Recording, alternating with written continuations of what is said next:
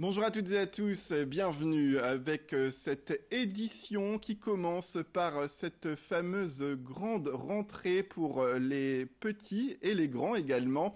Ce jeudi matin, 23 bus étaient stationnés sur un parking de Villeneuve-d'Ascq avec à bord 1300 bénéficiaires de la journée des oubliés du secours populaire.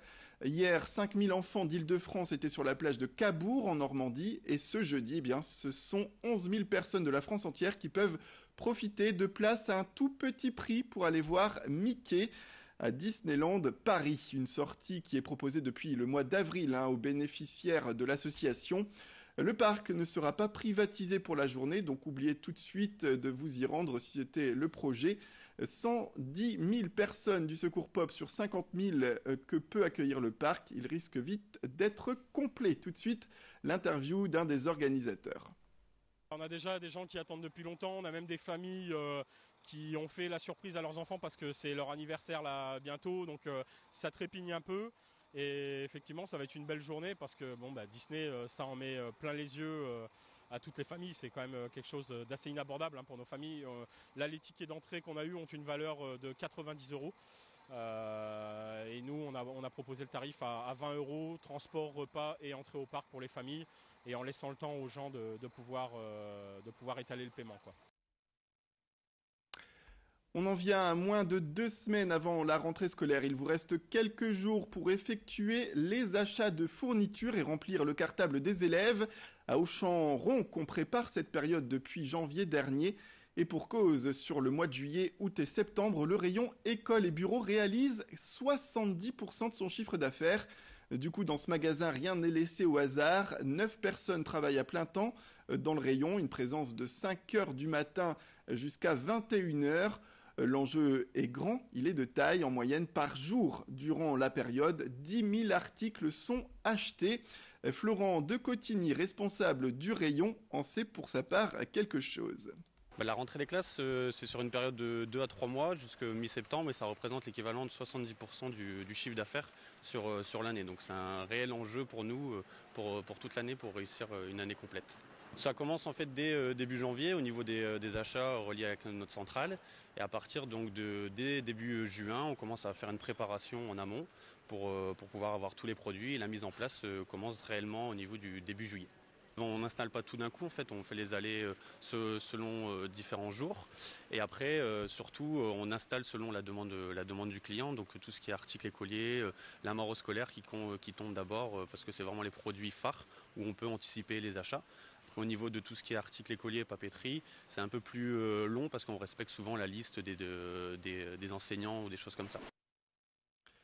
Après 48 ans d'existence, le centre d'examen de Marquise pour le permis de conduire a annoncé sa fermeture. Une décision émise par la préfecture du Pas-de-Calais. Les 600 à 700 candidats annuels de la ville devront désormais passer leur examen à Boulogne. La raison évoquée, c'est un manque de sanitaires et de bâtiments adaptés à l'accueil des élèves et des inspecteurs. Alors pour les instructeurs, cette décision implique une nouvelle organisation. Mais d'autres s'opposent à cette décision également. Une pétition a vu le jour sur Internet. Elle a déjà récolté 680 signatures. La contestation est d'ailleurs mise en avant par Fabien Dutrio. C'est l'adjoint au maire de Marquise. On l'écoute. Je suis vu dans l'obligation de réagir à cette décision de fermeture qui a été donc confirmée par courrier du 6 août par le préfet. Les motifs invoqués, c'est que les règles du Code du travail ou encore celles du règlement sanitaire départemental ne sont pas appliquées du fait de l'absence de commodité pour les inspecteurs et les candidats. Il n'y a pas de bureau ou d'abri pour attendre en cas d'intempérie, plutôt peut-être en cas de mauvais temps, je pense. Alors là, si le problème n'est que l'histoire des toilettes et d'un bureau, d'un abri, nous avons des solutions alternatives à Marquise, puisqu'on a une maison citoyenne qui a été créée depuis peu, puisque nous sommes rentrés en politique de la ville, donc il y a un équipement qui a été créé.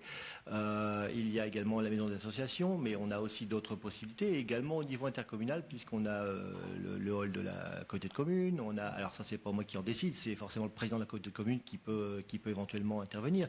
On a Capland, il y a d'autres possibilités, et pourquoi pas sur des communes très très très proches à l'extérieur de Marquise. C'est la fin des vacances qui approche, mais on profite encore de la chaleur. Pour cela, on se rafraîchit à la piscine de Bruay-la-Buissière. Érigée il y a 82 ans, elle est classée au monument historique de France et elle a gardé au fil du temps son style art déco. Alexis Tessier vous la présente, cette structure en images.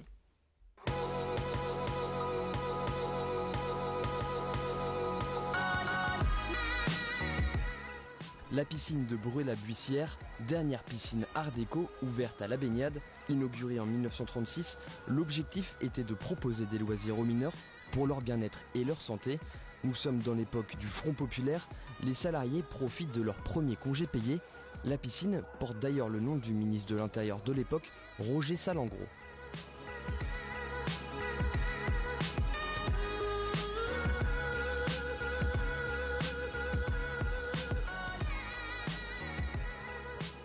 C'est l'architecte bruésien Paul Hanotte qui a mené les travaux pendant 7 mois avec un goût prononcé pour l'horizontale, la symétrie et les lignes droites, symbole du style art déco. Au final, une architecture qui rappelle la forme d'un paquebot. Au coin, un poste de secours qui peut rappeler la cheminée d'un navire. Dans l'enceinte, comme sur un pont, les cabines sont alignées. On en compte plus de 220 et toutes sont d'époque. Au-dessus d'elles, un solarium avec une vue imprenable sur les terrils et bien sûr sur la piscine.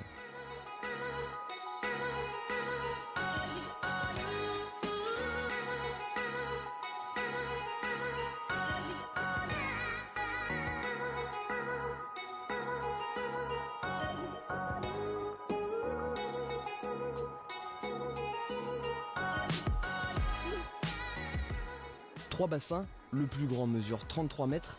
C'est ici que des générations de mineurs ont appris à nager. Et rapidement après son ouverture, la piscine connaît un véritable succès. Un succès qui perdure encore aujourd'hui. Mais depuis sa création, la piscine a connu quelques changements, plusieurs rénovations. Depuis 1963, l'eau est chauffée à près de 30 degrés. Mais beaucoup de choses n'ont pas bougé. Les nageurs peuvent par exemple toujours profiter des 2 plongeoires de l'époque.